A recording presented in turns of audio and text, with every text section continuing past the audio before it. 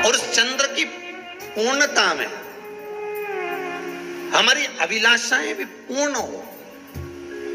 आप आस्था चैनल के माध्यम से जितने लोग कथा सुन रहे हैं, फेसबुक यूट्यूब पर जितने कथा सुन रहे हैं, और कुबेरेश्वर धाम में जितने कथा सुन रहे हैं, आप में से कितने लोग हैं जो पूर्णिमा का व्रत करते हैं? जो माताएं करती हो जरा हाथ उठाइए। पूर्णिमा का व्रत जो करते हो ना आप लोग, रखिए हाथ। अब पूर्णिमा के व्रत में आपने कई बार किताब पढ़ी होगी पूर्णिमा की, या आपने व्रत किया होगा, या पूर्णिमा का व्रत आप धारण करे होगे, तो उसमें पूजन कौन से भगवान की होती है? पूर्णिमा के व्रत में किस भगवान की पूजन होती है? तो कहा पूर्णिमा के व्रत में केले के खंभ लगाकर पूर्णिमा का जो अध्यापन होता है, पूर्णिमा की जो पूजन होती है, उस पूजन में शंकर और पार्वती की पूजन की जाती है। शिव और नारायण की पूजन करी जाती है, शंकर और पार्वती का स्मरण किया जाता है। किसकी पूजन होती है? शिव पार्वती।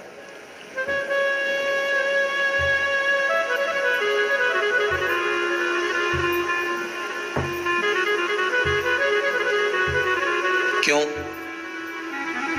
शंकर और पार्वती का पूजन क्यों करा जाता है पूर्णिमा के व्रत में? क्योंकि शिव और माता पार्वती ही केवल एक ऐसे हैं जिन्होंने अपूर्ण लक्ष्मी को भी पूर्ण बना दिया था। किसको पूर्ण बनाया है? लक्ष्मी। पूर्णिमा के दिन अगर आप शंकर भगवान को एक लोटा पानी अगर शिव को समर्पित कर रहे हो, श्वेत पुष्प को रख कर शंकर जी के ऊपर सफेद फूल को चढ़ाकर अगर एक लोटा जल भी, एक पात्र जल भी शंकर को समर्पित कर रहे हो, तो ये लक्ष्मी के लिए ही तो कर रहे हो। और कौन सी लक्ष्मी? पूर्ण लक्ष्मी। पूर्ण लक्ष्मी। आपको पहले भी कथा में कहा, एक बार भगवान विष्णु के सामने लक्ष्मी मैया ने बहुत तेज स्वर में कह दिया था, नारायण, दुनिया के लोग आपका नाम जपते हैं, दुनिया के लोग नारायण नारायण कहते हैं, दुनिया के लोग आपका भजन करते हैं, पर सत्य मायने में कहूं ना तो मेरे बिना दुनिया के लोगों की नहीं चल सकती। मेरे बिना दुनिया नहीं चल सकती, संसार मेरे बिना नहीं चल सकता। भगवान विष्णु ने कहा, ये तो गलत है लक्ष्मी आपका कहना। एक दिन लक्ष्मी को अहंकार आ गया। अहंकार के संबोधन जब माता लक्ष्मी करने लगी तो भगवान, उसी समय पर भगवान विष्णु को क्रोध आ गया और भगवान विष्णु ने कह दिया, लक्ष्मी तो इतनी बड़ी बड़ी बात कहती है कि तेरे बिना नहीं रह सकती संसार। मैं तुझे कहता हूं लक्ष्मी, तू अपूर्ण है। तू अपूर्ण है, तू पूर्ण कब हो गई?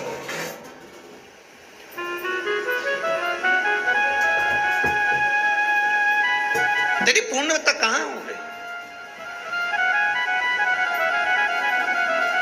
लक्ष्मी की आंख से आंसू बहने लगे। आज आपने मुझे अपूर्ण कहा है। आपको मालूम है आप मुझे अपूर्ण कह रहे हो? आपको ये ज्ञात हो रहा है आप मुझे अपूर्ण कह रहे हो? भगवान कहते हैं, हाँ लक्ष्मी, मैंने तुझे अपूर्ण कहा है। अपूर्णता का मतलब आप जानते हो ना? भगवान कहते हैं, लक्ष्मी मैं सब जानता हूं। लक्ष्मी रोती हुई माता सरस्वती के पास पहुंच गई। सरस्वती ने पूछा, क्या बात है लक्ष्मी, क्यों रो रही हो? लक्ष्मी जी ने कहा, क्या बताऊं सखी, मेरे पति ने आज मुझे अपूर्ण कह दिया है। तो क्यों रो रही है तू? अपूर्ण अगर कह दिया, पति ने ही तो कहा है ना, तो क्यों रोना? चल मेरे साथ। और सरस्वती मैया माता लक्ष्मी को लेकर सीधे पहुंच गई माता पार्वती के यहाँ। माता पार्वती के यहाँ जब पहुंची, माता पार्वती ने लक्ष्मी जी को देखा और सरस्वती को देखा तो पूछा कि बात क्या है, क्या हो गया ऐसा, क्या हुआ, क्या है ऐसा जो तुम दोनों आज मेरे पास में आई हो? क्या हुआ? पार्वती जी कुछ बोलती, शिव जी का ध्यान माता सरस्वती की ओर और लक्ष्मी की ओर गया और भगवान शंकर जान गए कि आज भगवान नारायण ने लक्ष्मी जी को अपूर्ण कहा है। अब देखें माता पार्वती क्या कर सकती है, इसको पूर्ण बनाने के लिए करेगी क्या? क्या हुआ? माता सरस्वती जी बोली, लक्ष्मी को अपूर्ण कर दिया। अपूर्ण कर दिया? हाँ, तो क्या सोचना उसके लिए, इसको मैं अभी पूर्ण बना देती हूं। माता जगत जननी पार्वती ने गोदी में विराजमान गणेश जी को उठाया और उठाकर लक्ष्मी जी की गोद में दे दिया। ले लक्ष्मी, आज से तो पूर्ण हो गई। लक्ष्मी आज से तो पूर्ण है। गोदी में जब तक संतान नहीं है तो नारी को लोग अपूर्ण समझते हैं। पर माता पार्वती जी ने संपूर्ण ब्रह्मांड में एक सिद्धता प्रदान कर दी कि अपने गोदी के लाल को, अपने गोदी के पुत्र को माता ने लक्ष्मी की गोद में देखकर लक्ष्मी को पूर्ण बना दिया। वो दिन कौन सा था? पूर्णिमा का दिन था। पूर्णिमा के कितने व्रत होते हैं? बोलते जाओ, जरा जल्दी जल्दी बोलो। पूर्णिमा के नारियों को, स्त्रियों को अखंड सौभाग्य के लिए, जो नारी वैधव्य नहीं होना चाहती है उस नारी को पूर्णिमा के कितने व्रत करना चाहिए। जिस नारी की यहाँ संतान नहीं हो, औलाद नहीं हो, उसको पूर्णिमा के कितने व्रत करना चाहिए। जिस नारी का पुत्र, पति बहुत बीमारी से ग्रसित हो, लग रहा हो कि ये मेरा बेटा बहुत बड़ी बीमारी में घिरा हुआ है, तो नारी को कितने व्रत करना चाहिए। स्वयं भगवान कृष्ण ने माता यशोदा को द्वापर में भी बताया है कि पूर्णिमा के 32 व्रत होते हैं। कितने व्रत होते हैं? 32।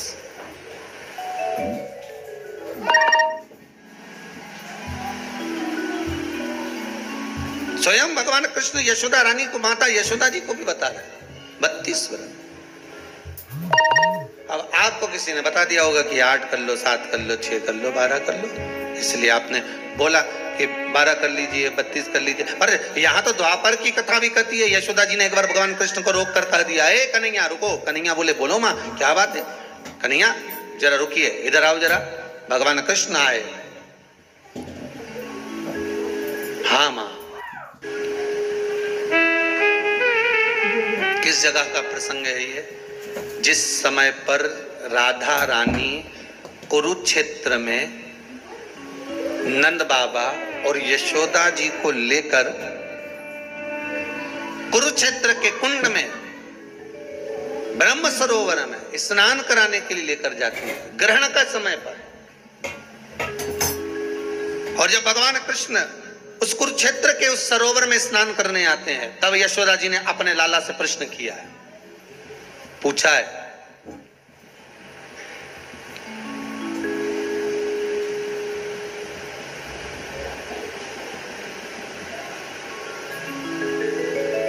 कि नारी वैधव्य होकर ना मरे।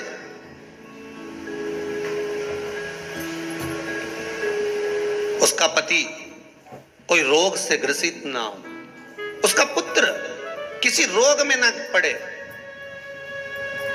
अरे भाई, कितना सुंदर संवाद लिखा है। अगर किसी माता का पुत्र मान लो किसी नशे में डूबा हुआ है, कोई नशा कर रहा है और गलत नशा है, आपको लग रहा है कि ये नशे में डूबा हुआ है, आपको लग रहा है कि ये गलत जगह पर डूब गया है, आपको लग रहा है कि मदिरापान में, मांसाहार में या अधिक गांजा आदि जो भी नशे होते हैं, जितने भी नशे, उसमें डूब चुका है। और माँ उसको समझा रही है, तू नशे में मत डूब, तू इस काम को मत कर, तू ये गलत कर्म मत कर। माँ उसको समझा कर हार गई।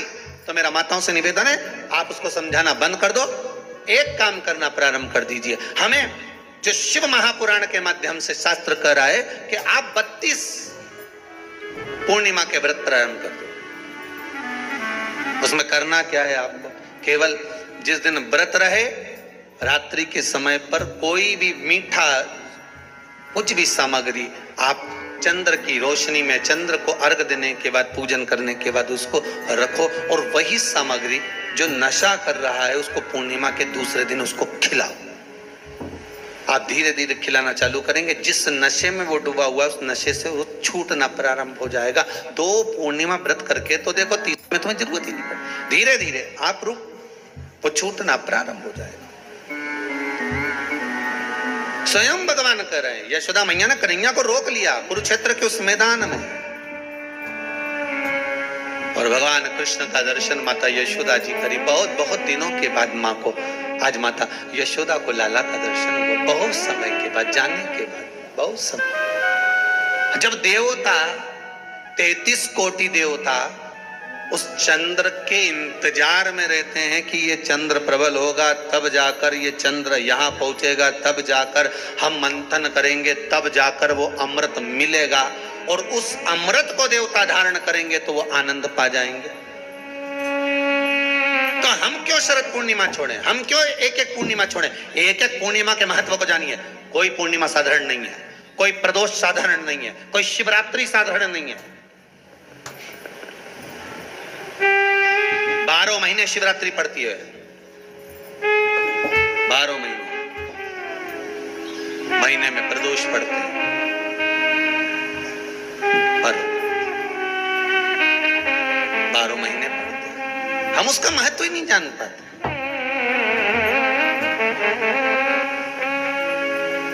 कौन से प्रदोष पर क्या करना है, कौन सी पूर्णिमा को क्या धारण करना है, कौन सी शिवरात्रि पर। कई लोगों को तो यहां तक नहीं मालूम था कि भाई श्रावण के महीने में भी शिवरात्रि आती है। वो तो बस लोगों के कि शिवरात्रि का पूजन हुआ, तो उसका स्मरण क्यों छोड़े हम?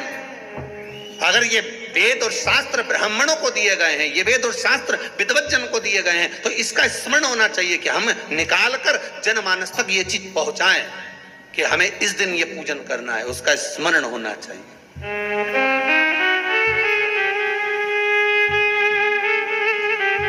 और वो सुख देना। भगवान कृष्ण से यशोदा जी ने पूछा तो भगवान कृष्ण ने कहा, मां, पूर्णिमा का व्रत अगर नारी 32 पूर्णिमा धारण कर लेती है तो वो नारी बेधव्य होकर नहीं जाती। पर आप लोग व्रत जो करते हो ना, जो भी व्रत आप लोग उठाते हो, सोमवार का व्रत जैसे किसी माता जी ने उठा लिया और वो उठाने के बाद, हम तो शादी नहीं हुई थी ना जब भी सोमवार व्रत करते थे, अब शादी हो गई अभी भी हम सोमवार का व्रत कर रहे हैं, करे जा रहे हैं, और उसका कोई उद्यापन नहीं करा, कोई संकल्प नहीं लिया गया कि मैं 5 करूंगी कि 16 करूंगी कि 25 करूंगी कि 31 करूंगी कि 21 करूंगी। इसलिए पूर्णिमा व्रत का विधान में कहा गया कि 32 पूर्णिमा का पहला संकल्प होना चाहिए। उसके बाद आपकी 32 पूरी हो जाए, फिर आप दूसरे और व्रत कर लो, फिर 32 कर लो, फिर 32 कर लो, पर उसमें पूर्णता का भाव। अभी तक किसी के सोमवार और गुरुवार और शुक्रवार के व्रत ही पूर्ण नहीं हुए, अभी तक चल रहा है, अभी तक चल रहा है। हम तो सोमवार का व्रत करते हैं, हम तो शनिवार करते हैं, अब शनिवार करते करते 4 साल हो गए, 6 साल हो गए, 5 साल हो गए। भगवान को तो थोड़ा बहुत कुछ खिला पिला के उनको एक बार तो विश्राम दे। ये जितनी पूर्णिमा के व्रत हैं, जितने 12 महीने जो पूर्णिमा पड़ती है, पूनम पड़ती है, ये भले दुनिया के लोग कह दें कि ये भगवान राधा और कृष्ण से संबंध रखते हैं, सीता राम जी से संबंध रखते हैं, राम और कृष्ण से संबंध रखते हैं, पर इनका यदि सही संबंध समझा जाए, इनके सही संबंध का यदि स्मरण करा जाए, इनके सही संबंधों का यदि वर्णन किया जाए, तो शिव और चंद्रमा के जो मिलन का केंद्र बिंदु है वही पूर्णिमा है। केवल एक पूर्णिमा वहीं तक नहीं रही कि भगवान कृष्ण और राधा जी ने रास किया। भगवान कृष्ण और राधा जी रास कर रहे हैं, केवल पूर्णिमा वहीं तक सीमित नहीं रही। केवल वहीं तक उसकी सीमितता नहीं है। एक बात ध्यान रखिएगा, यदि काया का रोग हो गया, मान लो शरीर कहीं से सफेद पड़ रहा है, कहीं से काला पड़ रहा है, शरीर में से खाल की फुकड़ी निकलना प्रारंभ हो गई हो, शरीर में काले काले चट्टे पड़ना चालू हो गए हों, या कोई विशेष रोग हो गया, कोई विशेष शरीर में रोग है, बीमारी है, काया बेकार हो रही है, तो सीधी सीधी बात शिव महापुराण की कथा कहती है, सुंदर आनंद में श्रवण कर कर आप अपने जीवन को, ये पूर्णिमा शिव महापुराण की कथा कर, पूर्णिमा आ रही है, कुछ नहीं करना, पीपल का एक पत्ता, उस पत्ते पर थोड़ा सा चावल, थोड़ा सा चावल,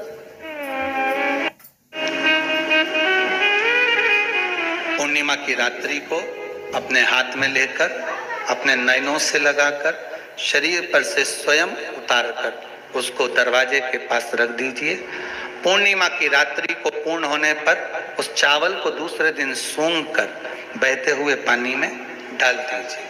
महाराज, कितने भी रोग से ग्रसित हो गए, पीपल का एक पत्ता 52,000 ब्राह्मण की साक्षी कराता है। महाराज बहुत ध्यान देना, पीपल के वृक्ष में स्वयं नारायण का, मेरे कृष्ण का वास है।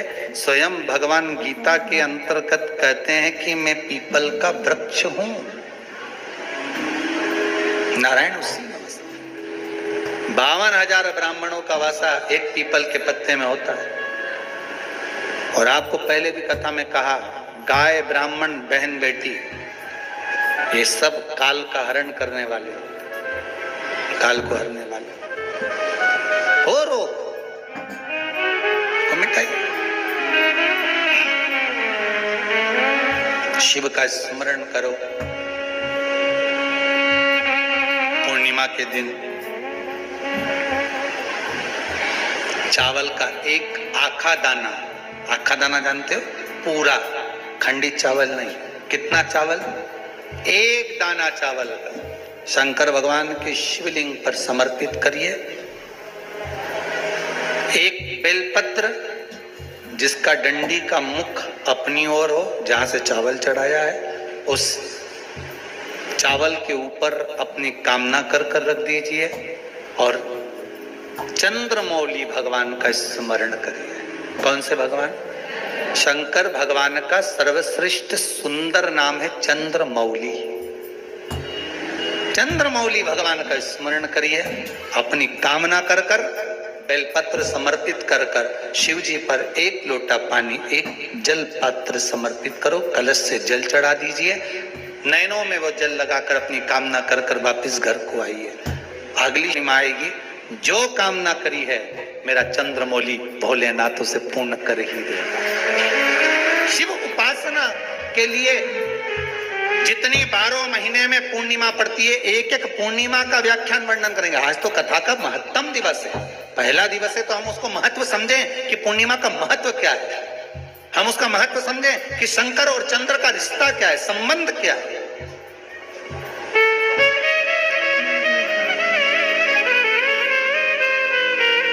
भगवान ने जितनी पूर्णिमा बनाई है, जितने नक्षत्र बनाए, जितनी घड़ी बनाई, जितना पल बनाया, जितना समय बनाया, ये शंकर भगवान ने जो बनाया ये गलत नहीं बनाया, श्रेष्ठता के लिए बनाया, जग के उद्धार के लिए, संसार के उद्धार के लिए बनाया। अब उसका प्रयोग आप करें ना करें ये आपके ऊपर है। आप उसका प्रयोग कर रहे हैं ना कर रहे हैं ये आपके ऊपर, पर जो बनाया है मेरे भगवान,